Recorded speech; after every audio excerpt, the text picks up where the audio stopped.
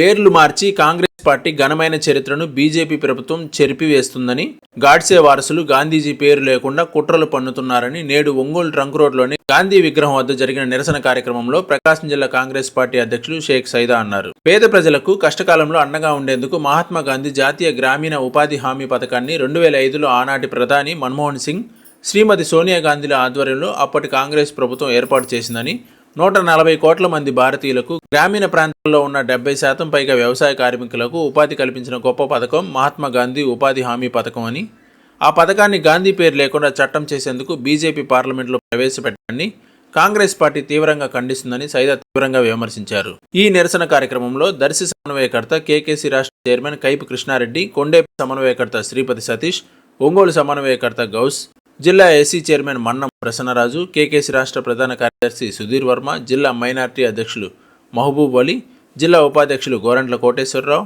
రసూల్, జిల్లా ప్రధాన కార్యదర్శులు పైనం మధు, ఇరిగినేని వెంకట నరసయ్య, జాకబ్, జిల్లా BC department wise chairman Koteswararao, జిల్లా కాంగ్రెస్ పార్టీ ఎన్నికల కంట్రోల్ బోర్డు చైర్మన్ బొడ్డు సతీష్, మెంబర్ కృష్ణబాబు, శ్రీనివాసరాజు, యూత్ కాంగ్రెస్ జిల్లా ప్రధాన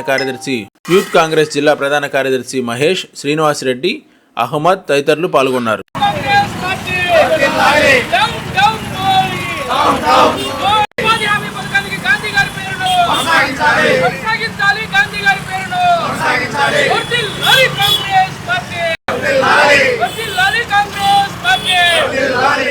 గ్రామీణ ఉపాధి హామీ పథకం ద్వారా కాంగ్రెస్ పార్టీ 2005లో ఆనాటి ప్రధానమంత్రి మన్మోహన్ సింగ్ గారు, సోనియా గాంధీ గారి సారథ్యంలో గ్రామీణ పేదలకు ఉపాధి కల్పించాలన్నటువంటి లక్ష్యంతో 2005లో కాంగ్రెస్ పార్టీ ఈ పథకాన్ని తీసుకొచ్చింది.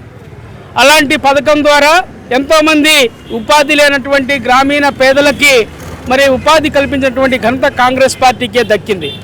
100%లో 90% నిధులు కేంద్ర ప్రభుత్వం కేటాయించి గ్రామీణ ప్రాంతంలో ఉన్నటువంటి పేదలకి 100 రోజుల పాటు పనిదినాలను కల్పించి వారి యొక్క మరి ఉన్నత స్థితికి పాటుపడినటువంటి ఉపాధి కల్పించినటువంటి పార్టీ కాంగ్రెస్ పార్టీ. అలాంటి పథకాన్ని ఈ యొక్క మోడీ ప్రభుత్వంలో దాన్ని నీరుగార్చేందుకు నిన్న పార్లమెంట్లో ఒక చట్టాన్ని తీసుకురావడం జరిగింది. 2025 ఉపాధి హామీ పథకానికి సంబంధించినటువంటి కొత్త చట్టం, గతంలో ఉన్నటువంటి చట్టాన్ని రద్దు చేసి దానికి ఉన్నటువంటి పేరుని ఎవరైతే మహాత్మా గాంధీ జాతిపిత ఉన్నారో జాతిపిత పేరుతో ఏర్పాటు చేసినటువంటి మహాత్మా గాంధీ గ్రామీణ ఉపాధి హామీ పథకాన్ని మరి ఈరోజు గాంధీ గారి పేరు తీసేసి ఈరోజు గాడ్సే వారసులు మరి ఏ విధంగా కుట్ర పన్నుతున్నారో మనకు అర్థమవుతూ ఉంది.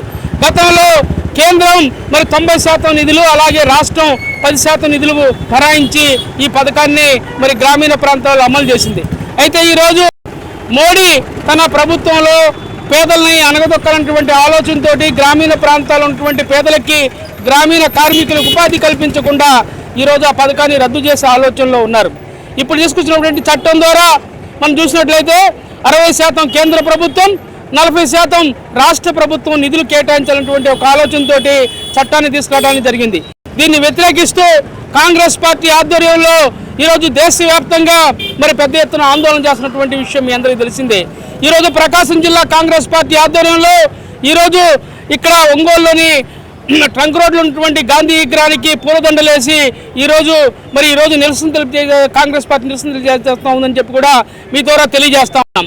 మరొక విషయం గమనించాలా, నిన్న ఈరోజు పార్లమెంట్లో అలాగే లోక్సభ, రాజ్యసభలో కూడా దీని మీద పెద్ద ఎత్తున ఆందోళన కాంగ్రెస్ పార్టీ రాహుల్ గాంధీ, ప్రియాంక గాంధీ గారి సారథ్యంలో మరి ఆందోళన చేస్తూ ఉన్నారు.